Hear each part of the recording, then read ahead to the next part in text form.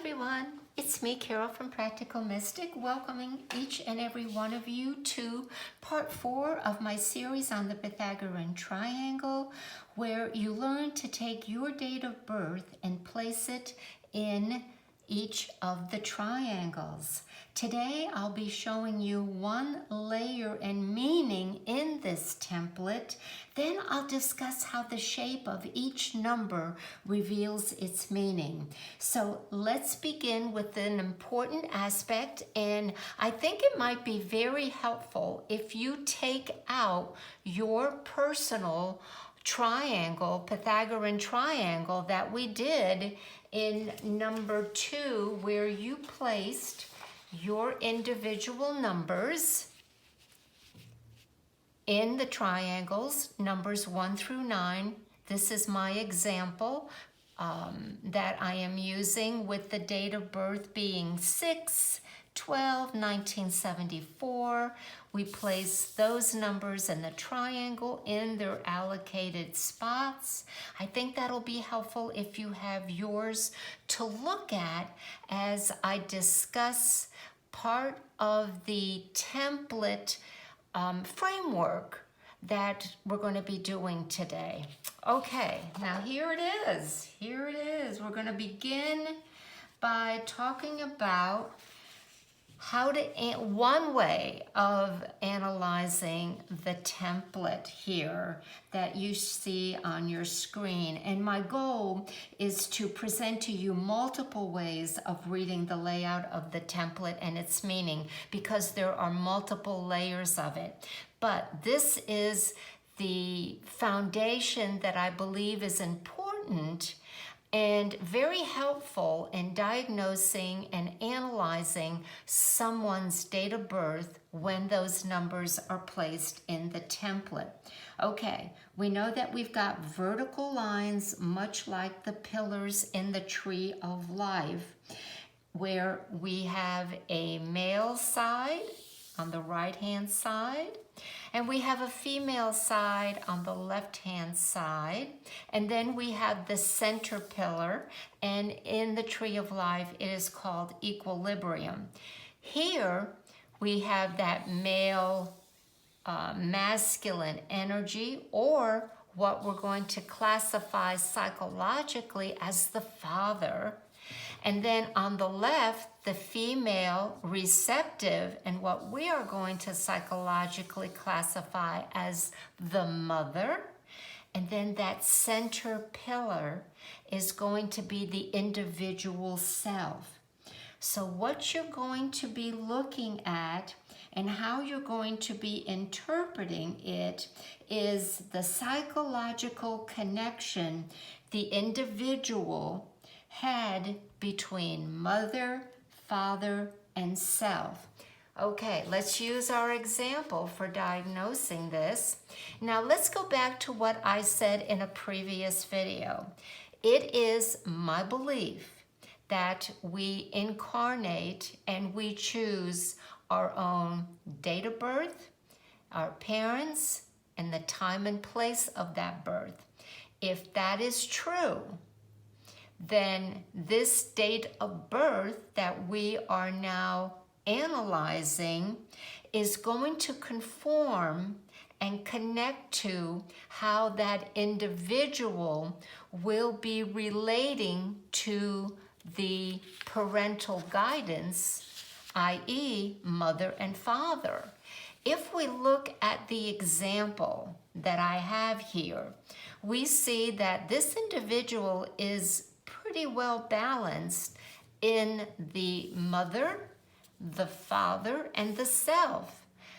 But there is a prominent double ones on the left-hand side. So we can conclude that this is a very strong, independent individual, yet the mother seemed to have more of an influence, conditioning on that person versus the father, because we have 3/1. yet it is a strong connection to both parents, and I would say quite healthy connection, since the numbers that they are connected to are down here on the bottom, which is very grounding. And that's what I would like to say about that. Okay, so the role model we're going to conclude is the mother. Now, the second way that we can look at this, let's say the vertical lines of the Pythagorean triangle, is through looking at it as a human body, and that on the right-hand side and the left-hand side are going to be the limbs, the arms and the legs.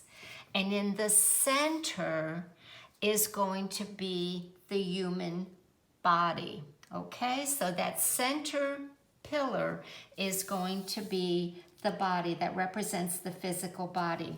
So in reality, we have the head, we have the heart, and then we have the lower body. And in future videos, I will go ahead and discuss how the numbers in that platelet, in this template, are going to be corresponding to health. Okay?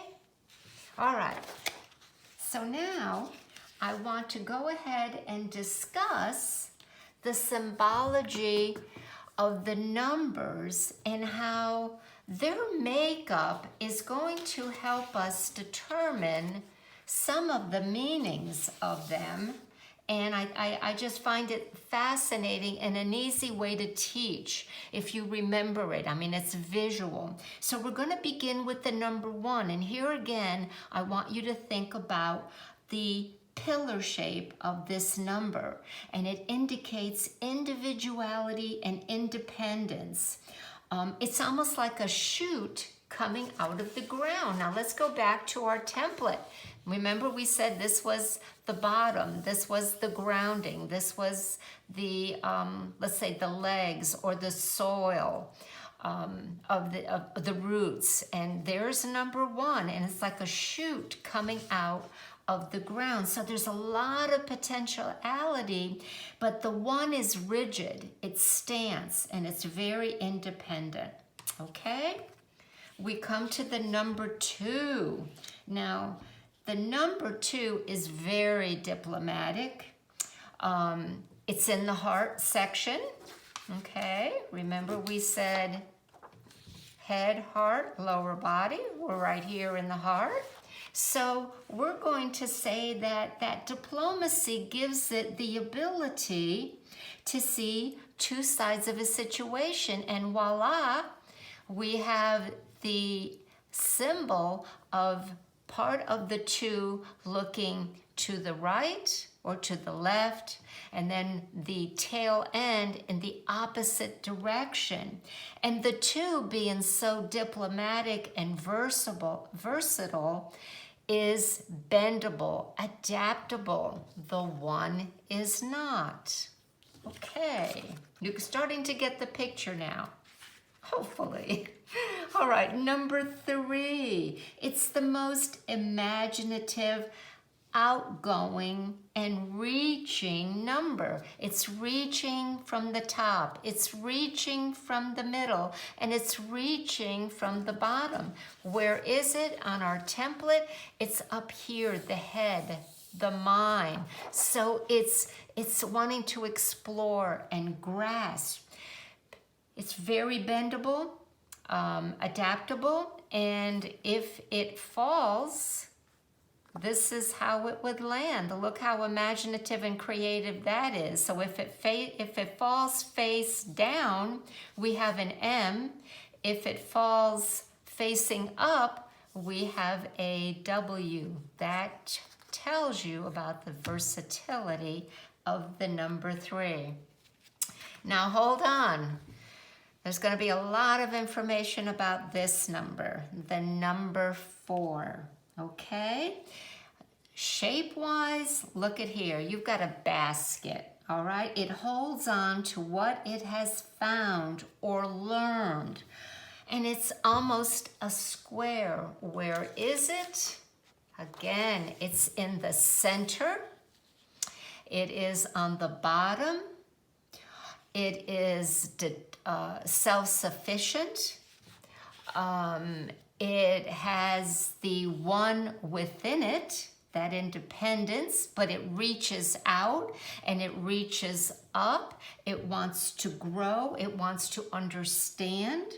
So it has the ability to build a permanent, strong structure. Pythagoras called the number 4 the symbol of the eternal principle of creation. It was a sacred number. It was considered the greatest of the divine numbers and was designated as the holy name of Jehovah, which is an expression of the Hebrew letters many of you may know if you study the tarot of Yah-Heh-Vah-Heh, which is called the Tetragrammaton, and it corresponds to the 4 elements in nature. So I wanted to kind of throw a little bit more into it. In fact, in the beginning, the alchemists knew that nothing could be created nothing could substantially survive without the 4. Now we have it in the Marseille deck where you have the Emperor showing what I like to call the original formation of the number 4, how it was. Maybe you learned it in school. And this is what here it is exemplified. Also, the Masons called the number 4 the square, the builder's square. You also see it in the Hangman, but here it is reverse.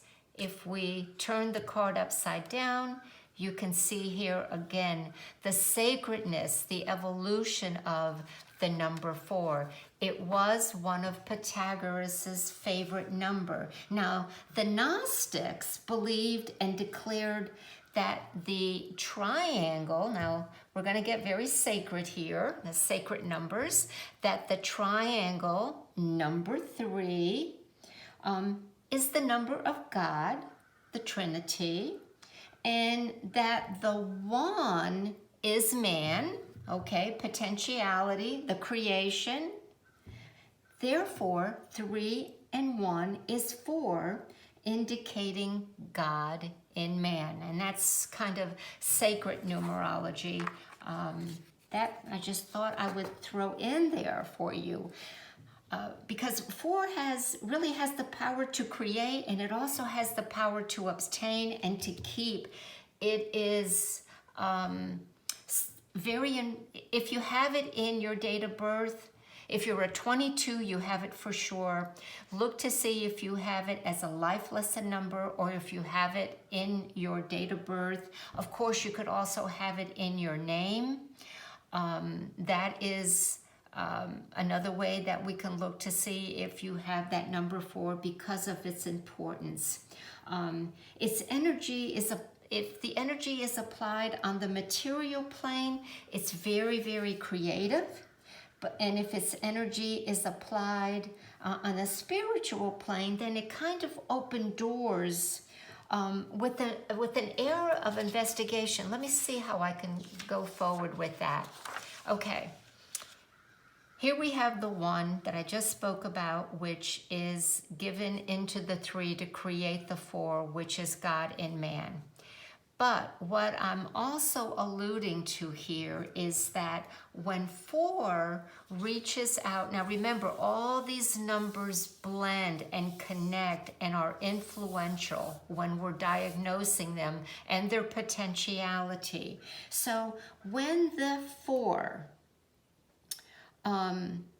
decides, the mystical 4, let's say, relates to what is, okay? What has been tried and true, what has gone before it with the 1, what is now, and if we look to the 7, then we're going to also see what it follows. Now remember, 7 has to do with Saturn. Saturn is Father Time. So what is going to happen? What is going to follow? Prevails here, as well as 7 is a very mystical number. It has an investigated psychic and scientific realm. So you can see how 1, 4, and 7 very foundational, not only for Earth, but for creating a spiritual essence that lead to the evolution of man as he moves forward, and then the mysteries of man, and how as he seeks to understand those mysteries, also continues on and evolves. I hope that wasn't too much. Okay. All right, let's go on to number 5.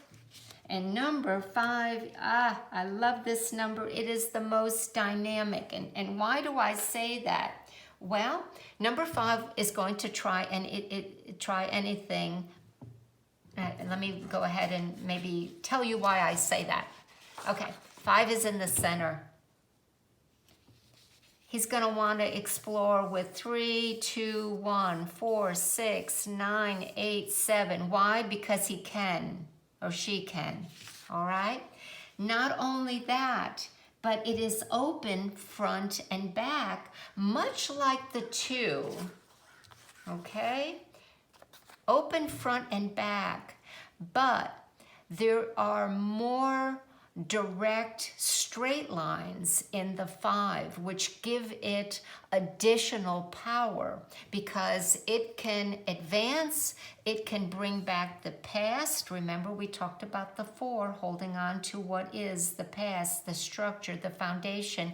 The 5 builds upon that, and the 5 also is looked at by many numerologists, myself included, as this opening here represents communication. And we can look at it physically as the mouth, okay? And if we expand on that, we know that the 5th chakra is in the middle of the body, or I should say the 5th chakra is the throat chakra. That is also tied to communication. And going back to being in the middle here, we can go one step further and say that, that is the heart. We just said about the head, heart, and lower body. Well, the 5 is at the heart, and isn't that interesting? It corresponds to the 5th house in the horoscope, which belongs to Leo, and Leo governs the heart. Also, the number 5 wants to explore and travel, and I look at this as a hat ready to go and discover, take everything in, and expand and communicate it to everyone that he meets, mingles with, so on and so forth. Okay, let's go to the number 6. Now we're really on top here, back to the head, the mind, number 6. And it's a beautiful number. If you have it, wonderful, congratulations. If your life lesson number is a 6, you do a lot of giving for sure. It's the elevated mind through reflection and introspection. And I say that because it seeks upward. It wants to grow.